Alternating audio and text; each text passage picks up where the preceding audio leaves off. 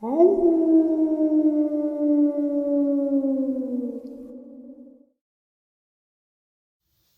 and salutations, everyone. I hope everyone is still doing well, and welcome to tonight's bonus. Before we jump into tonight's bonus, a couple links. As you all know, I rely on Patreon, PayPal, channel membership, and the merch to help the channel to continue to grow and go. Links to Patreon, PayPal, and channel membership is in the description below. Merch displayed directly under the video. Also, Dogman Frightening Encounters, Volume 1 through 3, the audiobook versions. They were written and researched by Tom Lyons, narrated and produced by me, Jeff Nadolny. Those audiobooks are available on Audible, Amazon, and iTunes, links to which are also in the description as well. And finally, last but definitely not least, if you'd really like to help support this channel to continue to grow and go, simply subscribe. It does not cost a cent. Click that like button, takes half a second. If you don't want to miss out on any of the informative uploads I put out daily, click that bell icon, and folks, please leave a comment.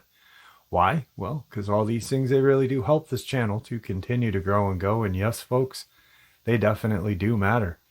Now, everyone, I have taken far too much of your time.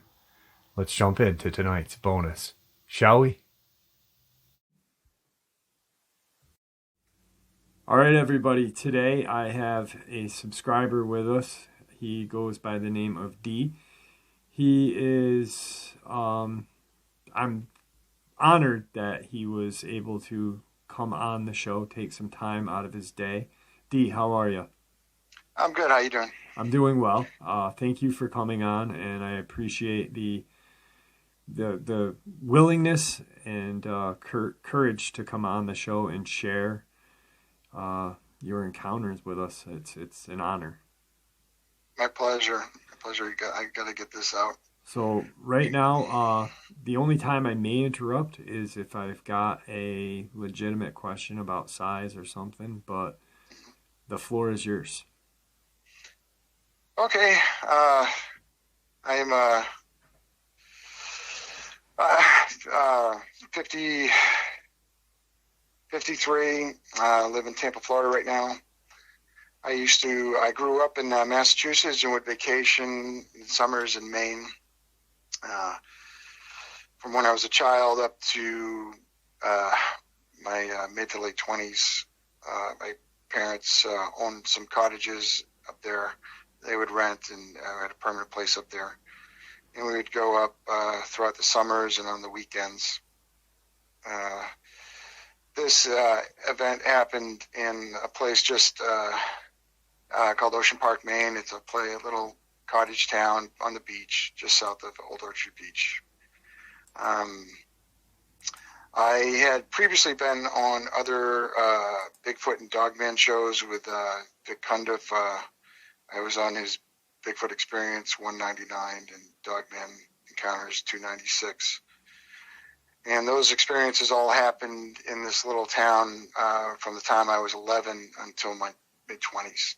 I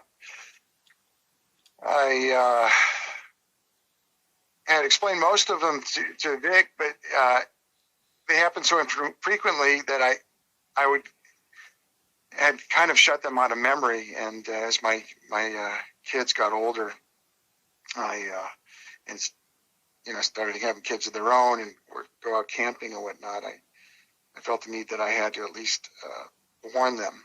And so I've told them about it. They don't quite know how to grasp it because I'm not, I'm just a regular dad, and never was into squatching and Bigfooting and all that stuff. So they at least know that I believe these things are out there, and I just want them to be careful, which is half the battle. But then I realized that there's so many other people out there who are in harm's way and don't even know it.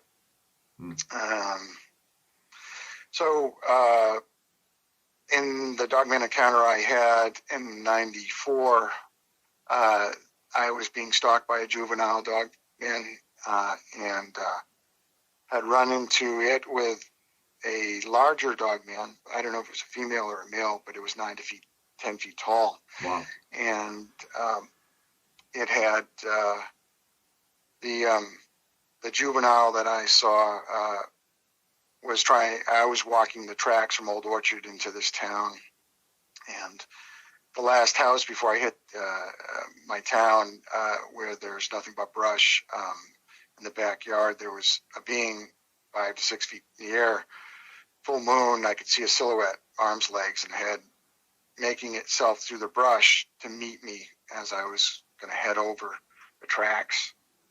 And my first thought was that this is some crazy person, because all they had to do was go down the driveway to go down the street. And here it is trying to meet me at an angle through some of the thickest brush, and it was tearing it up pretty well to meet me there if I kept going. So I ended up going around, walking the streets and coming down almost to my house. And at the end of the street, there was all a bunch of brush. There's a little park there called Guild Park. It's a little triangle of woods. And my friend's house is right behind it. I heard a growl again. This thing, the large one, the 9-10 footer, stuck its head out 9-10 feet in the air. I didn't know what it was. I thought it was a dog up in a tree. Started walking toward it. Like, hey, buddy, you okay? I'm trying to figure out how this dog got up in the tree. Thinking out, and it cocked its head and was like, what's this? You know, like dogs do. Like, what? And started looking around, cocked its head back, looking around behind me and stuff. I don't know if the cottages, everybody in this town, they go to bed. They're all families that rent. And so they go to bed at like 9 o'clock when it gets dark. And there were some lights on. I don't know if people were looking out the window when they heard me, because if you walk down these streets, my father would always get on my case with my friends when we have a group of teenagers or 20-year-olds who were out, run down to the beach, and then we're real loud walking down the streets. People would complain because we'd wake up their children. So me having this interaction with this being, I don't know if someone was looking out the window and it saw them or what, but it ended up turning to its left, my right, and snarling. It was the only aggressive thing that happened, snarling at something back in the woods. I'm assuming it was this juvenile, because it was a smaller being. And then it went back, and then I went up around the woods and then went home. Well, shortly, I had forgotten about this, but shortly thereafter, I went to go visit my cousin's place. He has a place on the beach up in Camp Ellis, and this little town which is just south of us in Ocean Park. And I remember walking down Temple where I lived and taking, where was I? Going down taking a right at Royal Ave, and then taking a left on Randall, and right on Royal Ave, there's this little set of pine trees and bushes. Sometimes the cottages at the end of the street would have a bunch of pine trees, maybe 20 to 40 feet of pine tree and bushes in between the house and the street. And I got something growled at me, and I wasn't even thinking, this thing happens so infrequently. I wasn't thinking that Dogman thing again. I should have been, but so I walked up to the tree line, and I'm looking in the tree line, and I'm seeing a shadow that's almost as tall as me, maybe a little taller and thin, and it growled, and I booked it. I just turned, kept walking. I'm going to my cousin's. I'm up the street. And like I said, this is a cottage town, and there's a lot of people there. And people are in bed by now, because I would go up when it got dark, 9, 10 o'clock, hang out, have a couple beers with my cousin, friends, and then come home, walking home 1, 2 o'clock in the morning. So I leave there. I go down Route 9 to Randall again. I'm coming back the same way I came, and stupid me, I've had a few beers, not too many, but I'm not even thinking, I'm approaching the woods where this thing growled at me again. This, like, these whole Bigfoot and Dogman things happen so infrequently. Like, I didn't expect it to happen again. It's like I'll see him, and then I won't see him for years, Yeah. And stupid me, I'm walking down the street, and I start approaching Royal, and I hear a growl again, and I'm looking at the ground, and as I'm walking, and I look to my right, and this dog had come out from the wood line and just sat there with the houses on the right-hand side. I'm walking on the left by the sidewalk, well, we're in the street. And it's sitting there, and it's really thin. It's probably like 5 to 6 feet tall sitting. And I was looking up online these dog wolf hybrids with really long hair, and it was like that. The Dogman I saw prior to that, the 9-10 footer, was like a wolf dog hybrid, but really big. The head was huge. Had the hump on the back. I could see the top of the shoulders. Did you Very see muscular. an eye shine on that one, on the 9 to 10 footer when you saw it? Yeah. When I saw that one, it was so big. It was like muscular. Okay. Maybe the shoulder, maybe 4 feet. Wow. I mean, this thing was giant. Like, it was buff. This dog, I don't know if it was like a year old or 2 year. I don't know. But at first I thought it was just a really big, skinny dog, Okay. and it was sitting on its hindquarters. But its paws were right close to its thighs, but its paws were weird. And it's just sitting there like dogs do, and looking at me, and I'm like, oh, great. And I'm like, so this is what was staring at, it was in the woods. And I'm not even putting together like the huge dog man with this might be the juvenile. This is what juveniles look like, if you know what I mean. And so I look at it, I'm like, okay, I'm going to have to make friends with this thing. It's not on a leash. You know, I don't see any collar or anything like that. And, you know, and I used to do that with dogs in the area because we had a lot of renters who'd bring their dogs up, and, you know, you put your hand out to them, and, you know, hey, you know, if it was a good dog, most of them are domesticated, so they were good, and they'd wag their tail and you pet them. So I started approaching this dog, and I'm realizing it's really thin, but really big, and, hey, buddy, how you doing? It growls at me again. And then I start walking forward, and it goes on all fours, and I hop on the sidewalk, and it hops on the sidewalk to face me, and it's got its head reared down with its back up, and its front paws are really weird. Like they talk about these raccoon hands, it's weird like that. And I stick my hand out, thinking it's a dog. Hey, you know, everything's good, you know, kind of thing. Hey, buddy. Right. And it turns its head to its side, like, and then it turns it back, and it starts keep coming. And I'm like, oh. Then I'm finally realizing this thing is not what I think it is. And luckily, there was a cottage right to my left.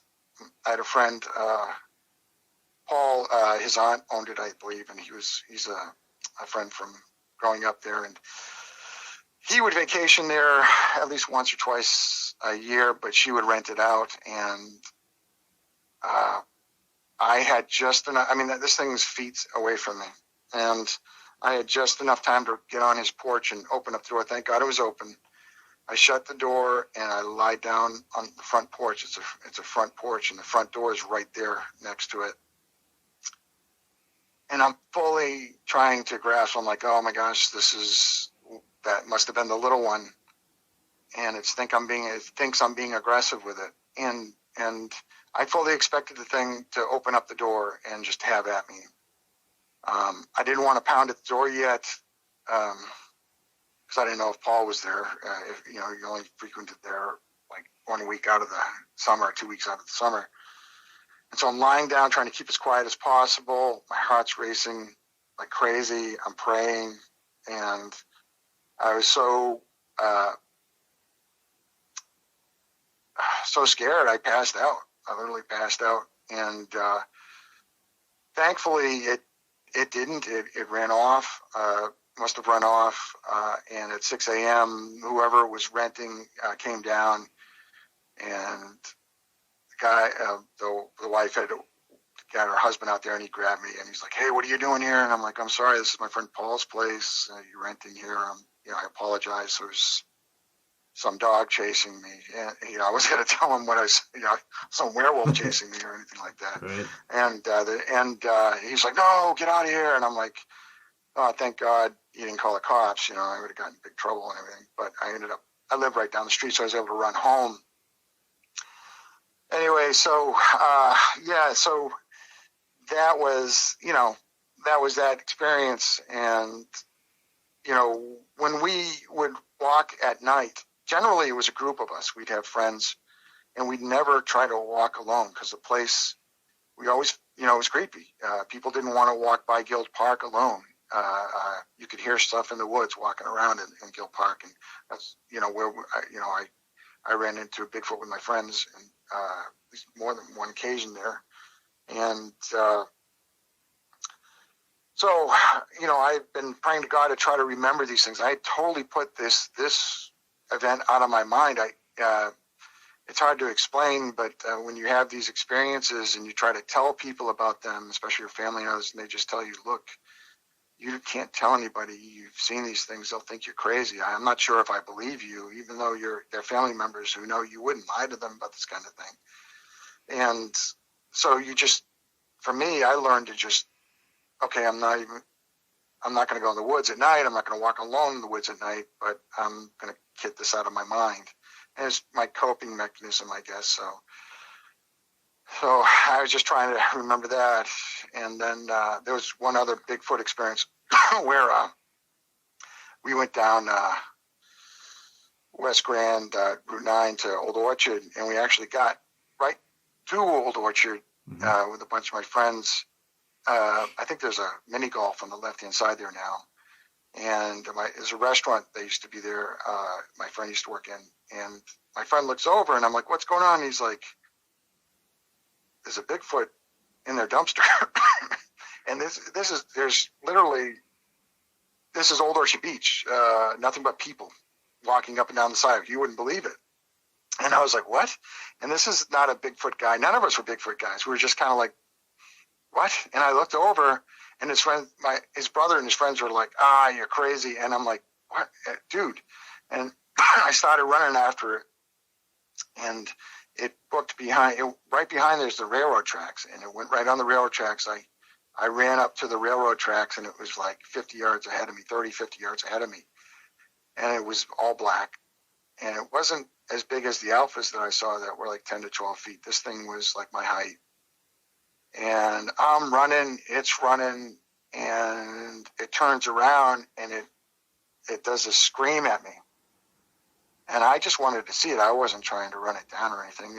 And I was like, I heard that scream, and I was like, whoa, I'm out. And I turned around and ran back to my friends, and I'm like, yeah,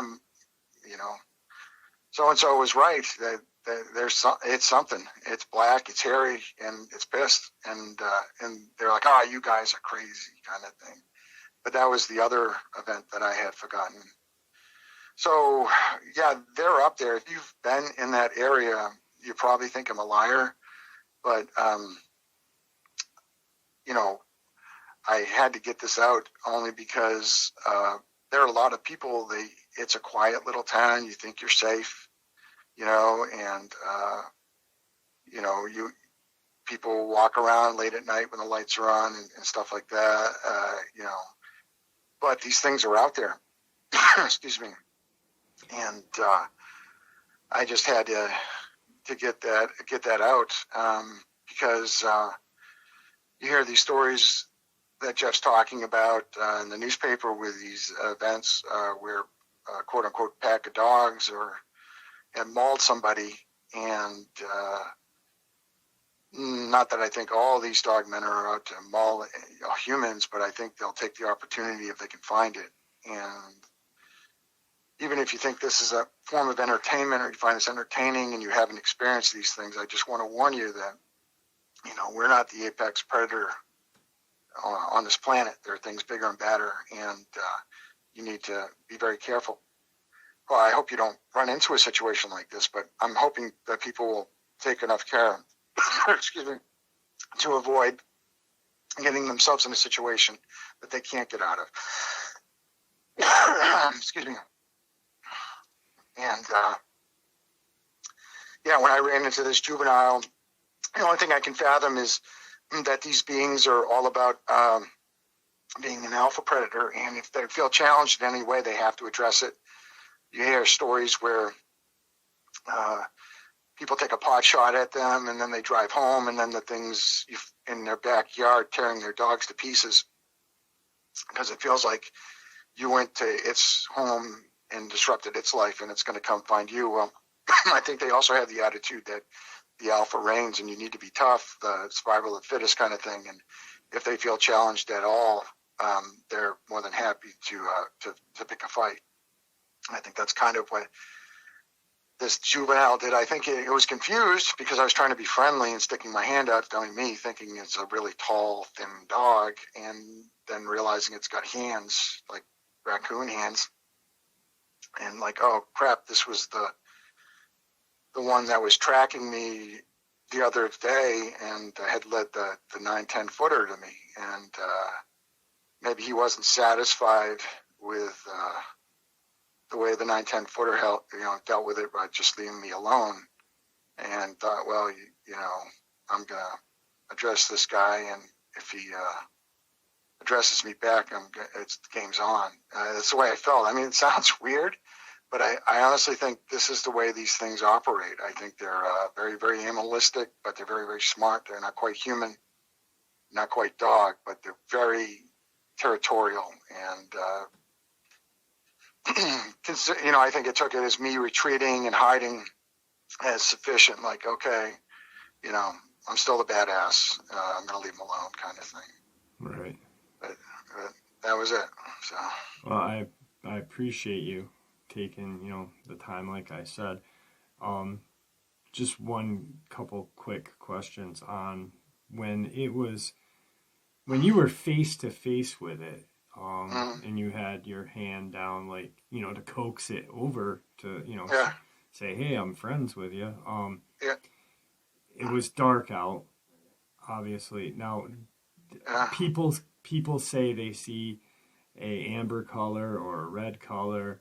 Were you able to see an eye, or was it just black? It wasn't reflecting. Visually? It wasn't reflecting light. Okay. I didn't have a flashlight on it or anything like that. Right. Just like the big one, I don't remember the eye color or eye shine. I think it looked just like a regular eye. A lot of people say they see these amber eyes. Yeah. That's why I thought the big one was just like a regular dog. I could have, I'm guessing it was just normal color eyes. And this one was no different. It was black with some brown and longer hair. I don't know if this particular breed grows in it just kind of sorts it. It doesn't look so shaggy, or maybe there's some that have long hair. I don't know. Right. But that's why I thought it was just a regular dog. Like I said, it was approaching me slowly, ears back, growling, fangs, mouth up, fangs, and its head was low to the ground, kind of like if you ever see a lioness or lions when they're hunting. Yeah. And they're staying real low. And I was like, I am in some serious trouble right now. Yeah. And so it's weird because, when you don't experience these things or you experience limited things, 99% of your mind's on normal, not this. And then when you realize you're in that situation, it's just, fight or flight kicks in, of course. But it's really a hard thing. You end up getting like PTSD and shock. Oh, yeah. Yeah, absolutely. That's why I think I passed out, because my heart was going a mile a minute. I thought, okay, this thing's going to open the door. Yeah. Lying on the ground, it's going to gut me. I'm going to be pounding on the door. They're going to find me ripped to shreds. Yeah, that's a good explanation, because, you've heard people through other encounters that say, hey, I saw this thing out my kitchen window or my bedroom window, and it scared me, and I ended up going back to sleep. Well, it's the shock. People are like, well, how did they fall back to sleep, or this and that? Well, your adrenaline is up so high, and then it goes, and you're left with nothing. It's almost like, a crash, Yeah. And yeah. So, I mean, you're absolutely lucky that the door was unlocked on that house, on the cottage, and yeah. Like I said, thank God I was praying big time. I can't, and that's why another reason I'm doing this. I'm like, if that door was locked, there's a good chance I'd be the pack of dogs guy. You know what I mean? Yeah. Yeah, exactly. I've run into out there where people had their hunting dogs that got loose, and they easily tear a person up.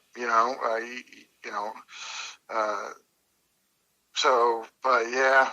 I mean, I count my blessings. Like, thank God, and literally prayed about it. And it was, from listening to your show and other shows, I've been trying to piece together the whole situation. That's the way I kind of saw it. I just kind of saw it as these things are super uber territorial, and it felt challenged.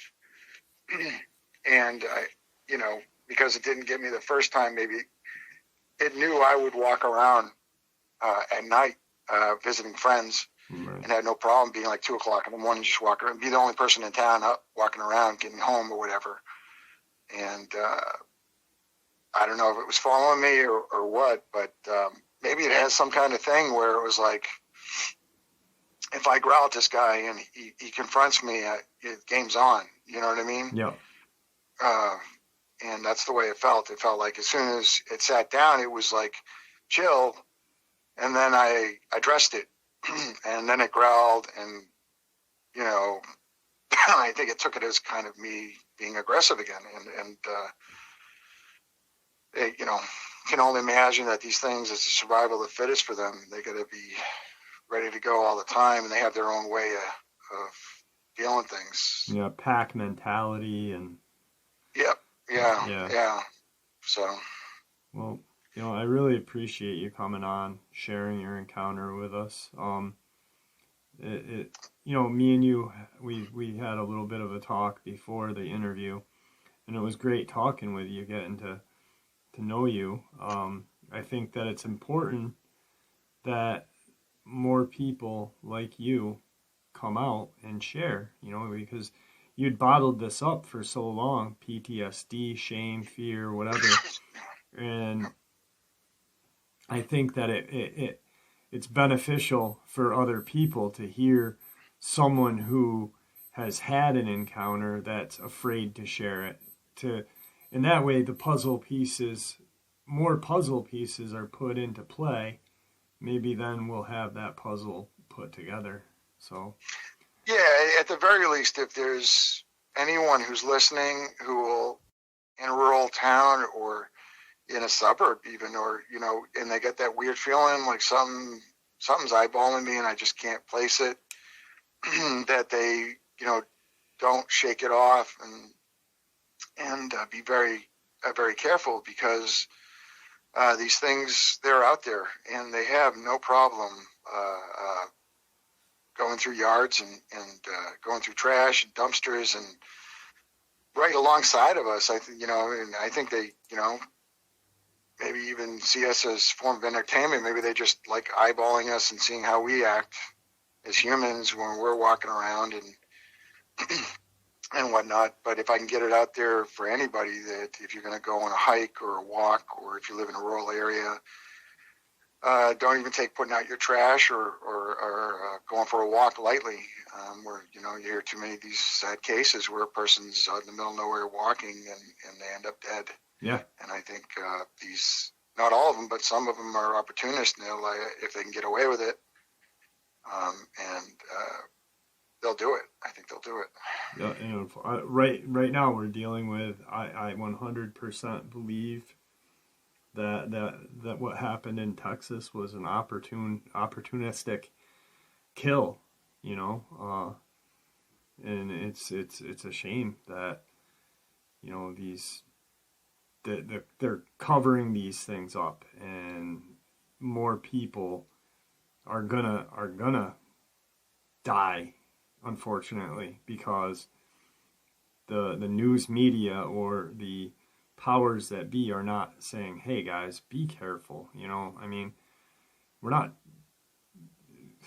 We can accept that there's bear, we can accept that there's wolves, we can accept there's, eventually we are going to accept that, hey, there is something else out there. There's some sort of land shark, and it's got hair, and So, it's just, I don't know. But yeah, it's real nice to talk to you, and I appreciate you coming on. I really do. I do appreciate talking to you too. Thanks a lot, Jeff. All right. Is there anything that you'd like to say to anybody after we, or to everybody, kind of to end the upload here? Yeah. Just